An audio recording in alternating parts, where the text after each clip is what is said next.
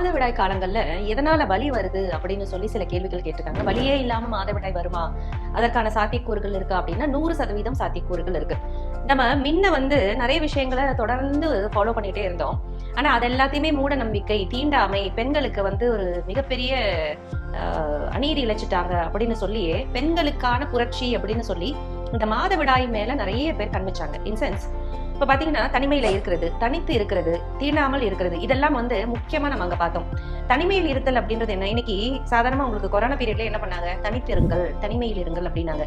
தனிமையில் மற்றவர்கள் தீண்டாமல் இருங்கள் அப்படின்னாங்க. இப்ப இதெல்லாம் தீண்டாமை அப்படின்னு நம்ம எடுத்துக்கல. இது என்ன நினைச்சிட்டோம் அப்படின்னா தொற்று அடுத்தவங்களுக்கு தொற்றிடும் அப்படின்னு நினைச்சிட்டோம். அது காரணம் அல்ல. உடல் ஒரு கழிவை வெளியேற்றும் முயற்சியில இருக்கும்போது அந்த உடலுக்கான சக்தி பாத்தீங்க அப்படின்னா கழிவு நீக்கத்துல அதிகமா செலவாகும். அப்போ நாம மற்ற வேலைகள்ல ஈடுபடும் போது அந்த சக்தி வேறு இடத்துக்கு பரிமாறப்படும். இப்ப நம்ம வேலை செய்யும் போது கை கால்கள் அசைக்கிறோம், இல்ல சிஸ்டம் முன்னாடி தானே நான் உட்காந்து வேலை பாக்குறேன். அதனால என்ன அப்படிங்கும் போது நம்மளோட மூளைக்கு அந்த சக்தி பரிமாற்றம் ஏற்படுது. அப்ப முற்றிலுமான சக்தி நம்மளோட கர்ப்பப்பைக்கு கிடைக்காம போகும்போது அங்க வலியோட அந்த கழிவுகளை வெளியேற்ற வேண்டிய ஒரு முயற்சிக்கு ஈடுபட வேண்டியிருக்கு. இரண்டாவது என்னன்னு பாத்தீங்கன்னா, எந்த ஒரு கழிவையும் உடல் வெளியேற்றணும் அப்படின்னா அங்க ஒரு சூடு, உஷ்ணம் கிரியேட் ஆகும். உஷ்ணம் கிரியேட் ஆகிதான் உள்ள இருக்க கழிவுகளை நீர்நிலைக்கு மாற்றி வெளியேற்றும் முயற்சியை ஏற்படுத்தும். அப்படி முயற்சி ஏற்படுத்தும் போது பாத்தீங்க அப்படின்னா நம்ம இன்னைக்கு என்ன பண்றோம்? தீண்டத்தகாமை, அதெல்லாம் தவறு, தப்பு, தேவையில்லை, நம்ம தலைக்கு குளிச்சுட்டு உள்ள வந்துடலாம், ஆயில் பாத் எடுத்துட்டு உள்ள வந்துடலாம் அப்படிங்கிற மாதிரியான ஒரு செயல்களில் ஈடுபட்டு இருக்கோம். குளித்தல் அப்படிங்கிறதே உடலை குளிர்வித்தல் அப்படிங்கிறது நமக்கு தெரியும் இல்லைங்களா? அப்ப குளிர்வித்தல் பண்ணும்போது உடல்ல இந்த மாதவிடாய் காலங்கள்ல ஏற்படுற அந்த சூடு அப்படிங்கிறது, உஷ்ணம்ங்கிறது தணிக்கப்படும் போது உள்ள இருக்கிற அந்த கழிவு, அதாவது இந்த முட்டையில் உடைந்து ஏற்படுற அந்த கழிவு பாத்தீங்க அப்படின்னா சூடு தணியறதுனால கட்டி கட்டியாகி உள்ள தேங்க ஆரம்பிக்கும். அப்படி தேங்க ஆரம்பிக்கிறது கிளாட்ஸா வெளியில வரும்போது ஒரு வலியோட வெளிப்படும். இந்த வலியோட வெளிப்படாம இருக்கணும்னா மாதவிடாய் காலங்கள்ல பெண்கள் செய்யக்கூடாத விஷயங்கள் என்னன்னு பாத்தீங்கன்னா முழு ஓய்வுல இருக்கணும். கூடுமான வரைக்கும் இப்ப இல்ல நான் ஆபீஸ் பாய்ஸ் எங்களால லீவ் அவ்வளவு நாள் எடுக்க முடியாதுன்னா நோ ப்ராப்ளம், அட்லீஸ்ட் முதல் 2 நாள் இல்ல உங்களுக்கு எந்த நாள்ல அதிக ப்ளீடிங் இருக்குமோ அந்த நாள்ல அதுக்கு முதல் நாள்ல கொஞ்சம் ஓய்வு எடுத்துக்கிறது நல்லது. கூடுமான வரைக்கும் முதல் 2 நாட்கள் ஓய்வு எடுத்துக்கிறது ரொம்ப ரொம்ப நல்லது. முழு ஓய்வு நான் சொல்றது.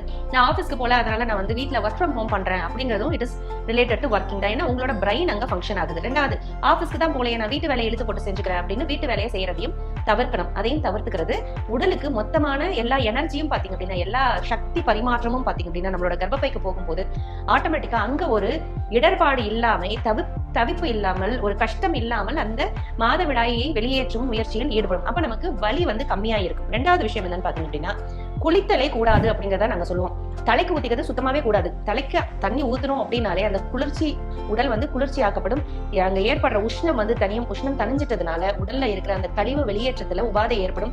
சில நேரத்துல பாத்தீங்கன்னா தலைக்கு ஆயில் பாத் எடுத்தீங்கன்னா அடுத்த செகண்ட் அந்த பீரியட்ஸ் வரதே ஸ்டாப் ஆயிடும். நம்ம என்ன நினைச்சுப்போம்? ஓகே 3 நாள் முடிஞ்சிருச்சு, அதனால ஸ்டாப் ஆயிடுச்சு அப்படின்னு நினைச்சுப்போம். ஆக்சுவல் என்னன்னு பாத்தீங்கன்னா அந்த மாசம் 5 நாள் வரதா இருந்திருக்கலாம், 7 நாள் வரதா இருந்திருக்கலாம். ஆனா நம்ம ஆயில் பாத் எடுத்தோம்னா அங்க ஸ்டாப் ஆகுதுன்னா அந்த உஷ்ணம் குறையுது.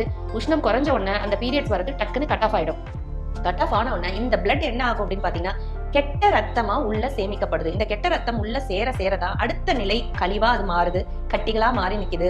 அதை யூட்ரஸ் கட்டிகள் அப்படின்னு சொல்றாங்க, இல்லைன்னா PCOD அப்படின்னு சொல்றாங்க. இது சில நேரத்துல பாத்தீங்க அப்படின்னா வேற நிலை மாற்றமா மாறி வேற உறுப்புகளுக்கு பரிமாறப்பட்டு இது தைராய்டா மாறதுக்கான வாய்ப்புகள் அதிகமாகவே உண்டு. உங்கள் உடல் மற்றும் மனம் சார்ந்த எல்லா விதமான நோய்களிலிருந்தும் முற்றிலும் விடுதலை பெறுவதற்கு Cosmo classical Aqua healing centre.